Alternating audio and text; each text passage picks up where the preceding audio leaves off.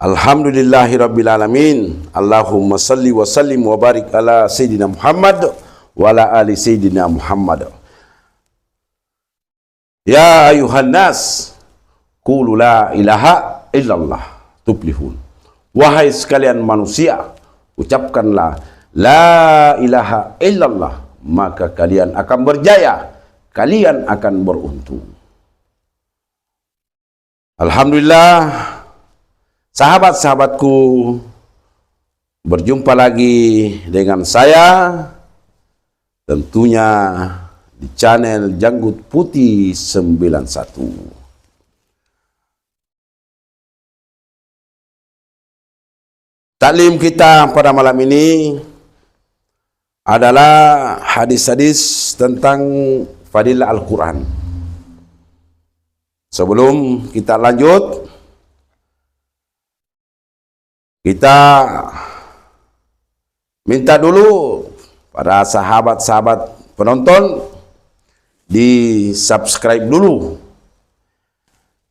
di like, kemudian di komen. Oke, tidak usah berlama-lama, kita langsung saja. Hadis ke-1. An Utsman radhiyallahu anhu qala Rasulullah sallallahu alaihi wasallam, khairukum man ta'allama al-Qur'ana wa 'allamah. Dari Utsman radhiyallahu anhu berkata, Rasulullah sallallahu alaihi wasallam bersabda, orang yang terbaik di antara kamu ialah yang belajar Al-Quran dan mengajarkannya. Hadis riwayat Bukhari. Saya ulangi.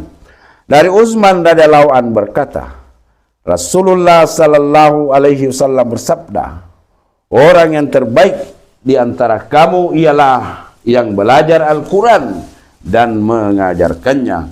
Hadis riwayat Bukhari, Abu Daud, Tirmizi, dan Ibnu Majah. Pada kebanyakan kitab hadis-hadis dinyatakan dengan huruf wah yang artinya dan, yakni belajar dan mengajar sebagaimana tersebut di atas. Dengan demikian, maka ganjaran terbesar adalah bagi siapa yang belajar Al-Quran yang mulia dan mengajarkannya kepada orang lain. Tetapi dalam sebagian hadis yang lain, hadis ini diriwayatkan dengan huruf waw yang artinya atau. Dalam hal ini maknanya adalah yang terbaik di antara kamu ialah yang belajar Al-Quran atau mengajarkannya.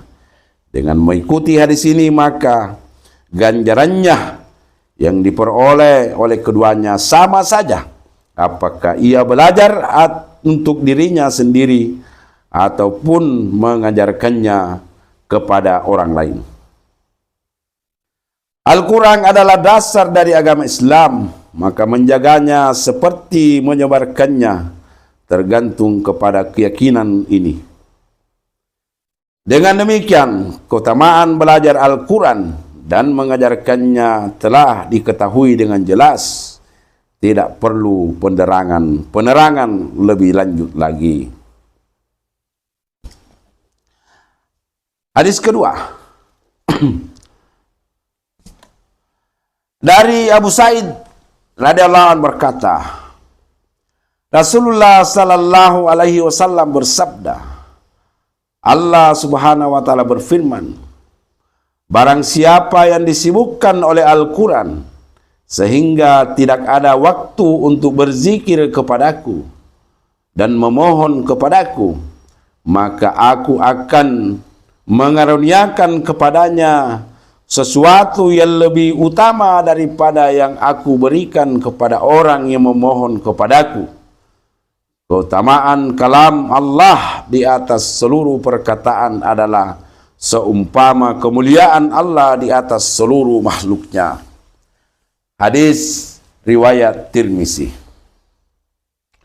Ketinggian kalam Allah di atas segala perkataan adalah seumpama ketinggian Allah di atas segala ciptaannya. Dengan kata lain, orang yang sibuk belajar Al-Quran atau menghafal dan memahaminya, sehingga dia tidak mempunyai waktu untuk berdoa, maka ia akan memperoleh ganjaran yang lebih baik, yang lebih utama dibandingkan dengan orang yang memohon rahmat kepada Allah Subhanahu wa taala. Sudah kita ketahui bersama bahwa apabila seseorang ditugaskan untuk membagi-bagikan kue atau sesuatu kepada orang lain, maka sebagian akan disimpan untuk orang yang tidak hadir karena tugasnya membagi-bagikan yang diberikan oleh pemiliknya. Dalam hadis lain yang semakna dengan hadis di atas dinyatakan bahwa Allah Subhanahu wa taala akan mengaruniakan kepada orang tersebut ganjaran yang lebih utama daripada yang dia berikan kepada hambanya yang selalu bersyukur. Dari Uqbah bin Amir radhiyallahu an menceritakan bahwa Rasulullah sallallahu alaihi wasallam datang kepada kami ketika kami sedang duduk di atas suffah.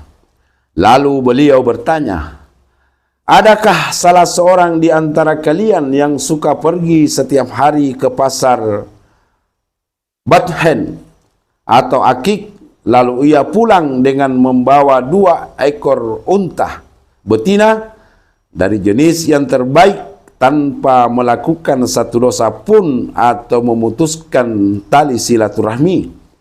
Kami menjawab, "Ya Rasulullah, setiap orang dari kami suka untuk melakukannya." Rasulullah sallallahu alaihi wasallam bersabda, "Mengapa tidak pergi salah seorang di antara kalian ke masjid lalu mempelajari atau membaca 2 buah ayat Al-Quran? Padahal yang demikian itu lebih baik baginya daripada 2 ekor unta betina. 3 ayat adalah lebih baik dari 3 ekor unta betina. Dan begitu pula membaca 4 ayat adalah lebih baik baginya daripada 4 ekor unta betina dan jumlah yang sama dari unta-unta." Hadis riwayat Muslim dan Abu Daud. Suffah adalah nama satu lantai yang ditinggikan di dalam masjid Nabi di Madinah. Tempat ini pernah didiami oleh orang-orang Islam muhajirin yang miskin yang hijrah dari Mekah. Mereka dikenal dengan nama Ashabus Suffah, orang-orang Suffah. Jumlah mereka berubah dari waktu ke waktu.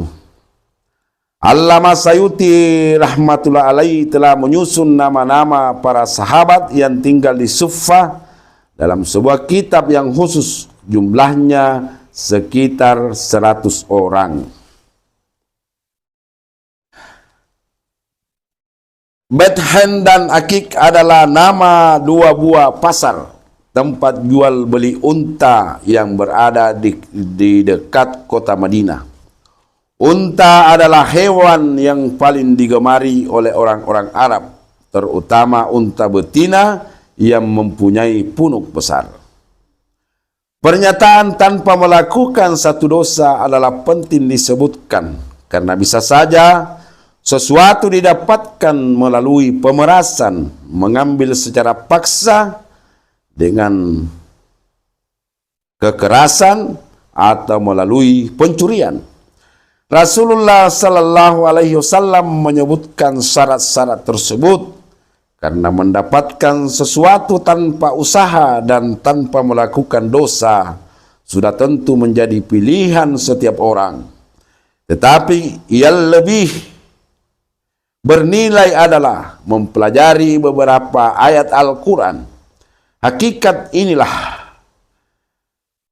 yang harus kita yakini, karena jangankan seekor atau 2 ekor unta, Bahkan seseorang yang memiliki kekayaan seluas 7 benua pun pasti akan ditinggalkannya jika ajal telah tiba. Tetapi ganjaran bagi pembaca ayat-ayat Al-Quran adalah kekal untuk selama-lamanya. Dalam kehidupan sehari-hari, seseorang yang diberi 1 rupiah tanpa syarat untuk mengembalikannya akan lebih senang daripada diberi 1.000 rupiah tetapi hanya sementara.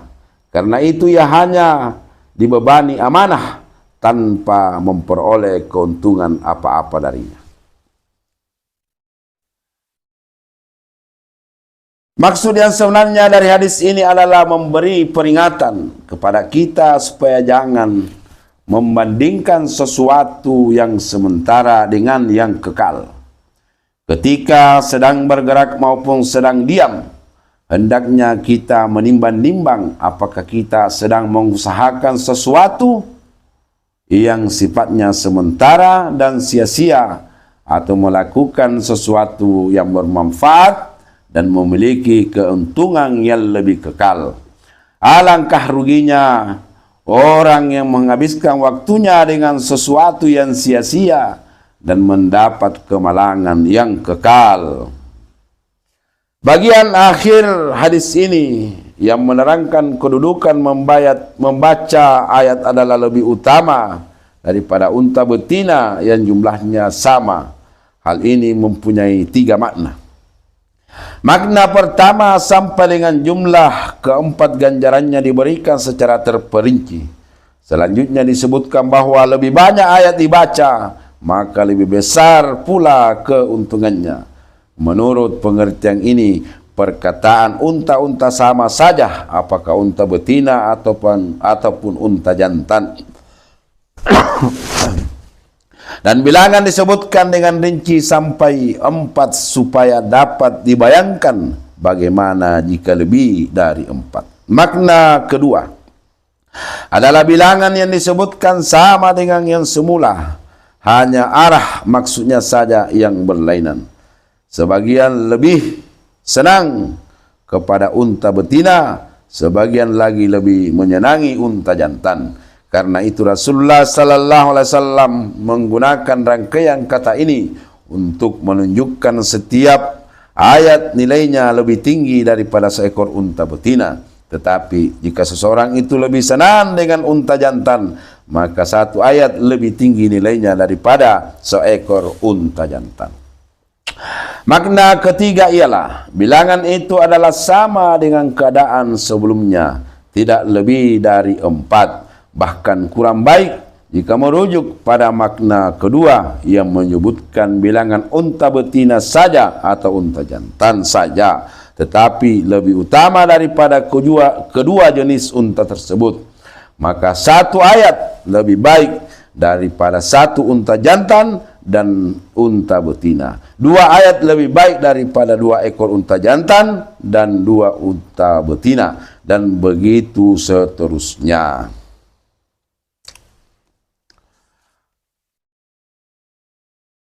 Mulla Qari rahmatullahi alaih telah mengisahkan tentang seorang syekh yang saleh yang pergi ke Mekah untuk mengerjakan ibadah haji. Ketika sampai di Jeddah, beberapa orang rekannya dalam perniagaan meminta agar dia memperpanjang masa tinggalnya di tempat mereka, karena dengan kehadirannya mereka mendapat lebih banyak keuntungan. Pada mulanya Syekh berniat memperpanjang masa tinggalnya di situ, tetapi kemudian Syekh bertanya kepada mereka, berapakah keuntungan maksimal yang biasa diperoleh dari hasil penjualan barang dagangannya? Mereka menerangkan bahwa keuntungannya tidak tentu, tetapi kenaikannya bisa mencapai 100%. Syekh itu berkata, kalian telah bersusah payah untuk memperoleh keuntungan yang sedikit.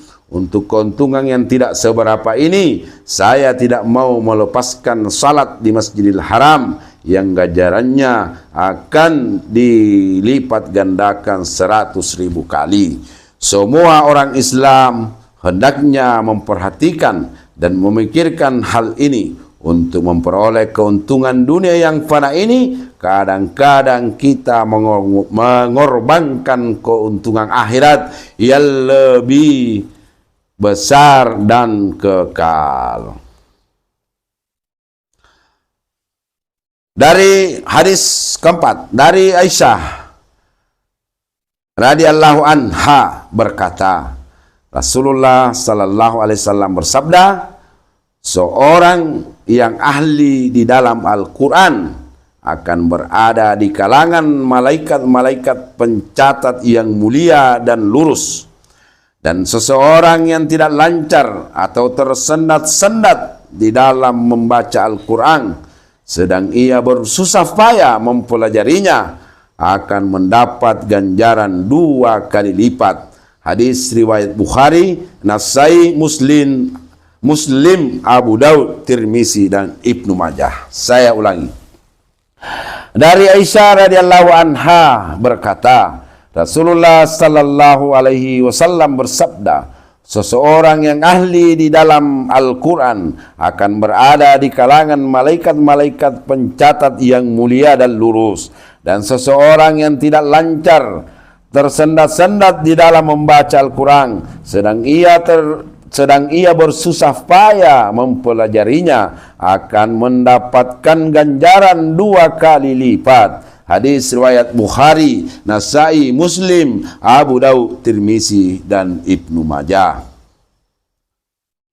Orang yang ahli dalam Al-Quran maksudnya ialah seseorang yang pandai membaca dan menghafalnya. Lebih utama lagi jika ia memahami pula maknanya dan kandungannya.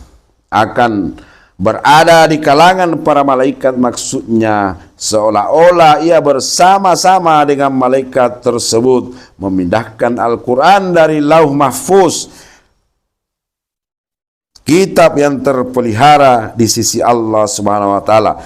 Ia juga menyampaikannya kepada orang lain melalui pembacaannya. Dengan demikian, keduanya mempunyai pekerjaan yang sama. Bisa juga maksudnya bahwa ia akan berada bersama-sama para malaikat pada hari kiamat.